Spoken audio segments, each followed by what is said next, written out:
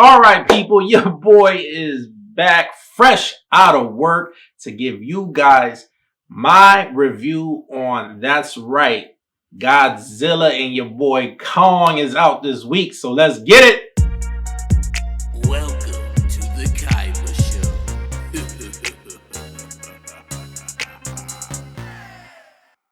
All right, people. So Godzilla versus your boy King Kong is starring Millie Bobby Brown, your boy Alexander Skarsgård, and Rebecca Hall, and is directed by Adam Wingard.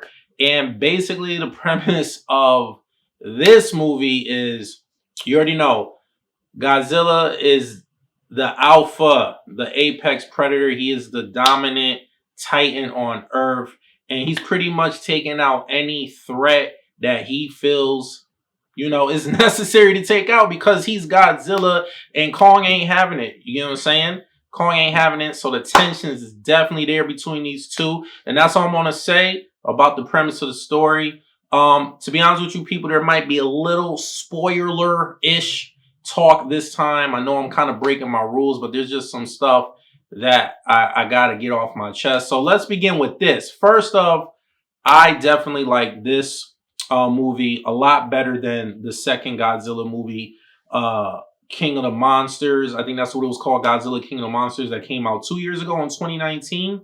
For me, the story flowed a lot better. I didn't really like the story and the character development in the second movie, Godzilla King of the Monsters. I just felt like there was characters thrown at us that was just there just for like placeholders. They were just there to like just fill the time. They just didn't feel like worthy. There was no, like I said, character development lacked heavy in that movie. They was just there to pass the time. The whole time I watched the movie, I was just waiting for the kaiju fight. I was waiting for monsters to go at it. But with this one, the storyline was pretty decent. It wasn't the best, but I liked it a lot better.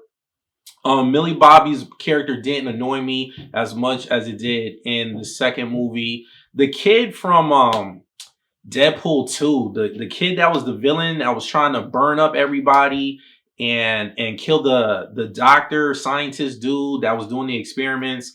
He's in this movie. He's still annoying. I can't get with him. I can't get with him. And there's a character in this movie that I just felt like he was there for the comedy relief, and his character was a little bit annoying too.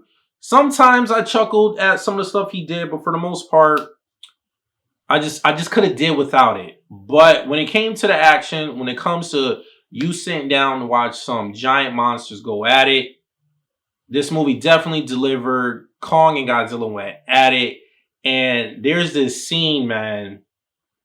I'm not gonna say what happens per se, but in the end of the movie, yo, I was cracking up because Godzilla thought he was a man and he got dragged.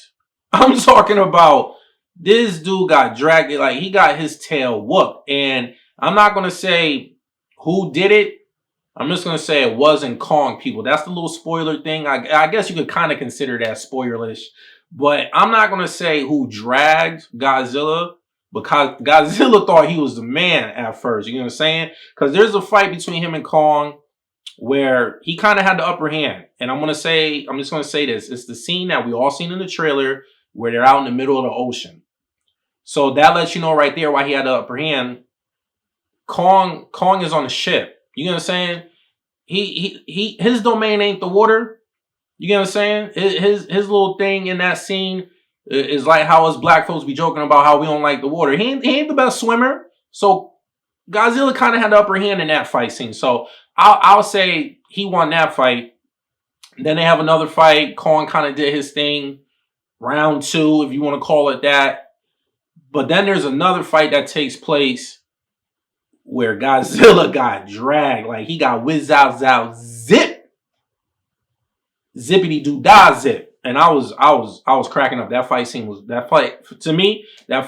hilarious because he thought he was the man the whole movie. He thought he was the man the whole movie. They give us a little treat for all you Godzilla fans out there that watch the originals. And when you see the movie, you're gonna see what I'm talking about. You're gonna be like, oh, this is the treat he's talking about. Because when they revealed this in the movie, I was like, oh, okay.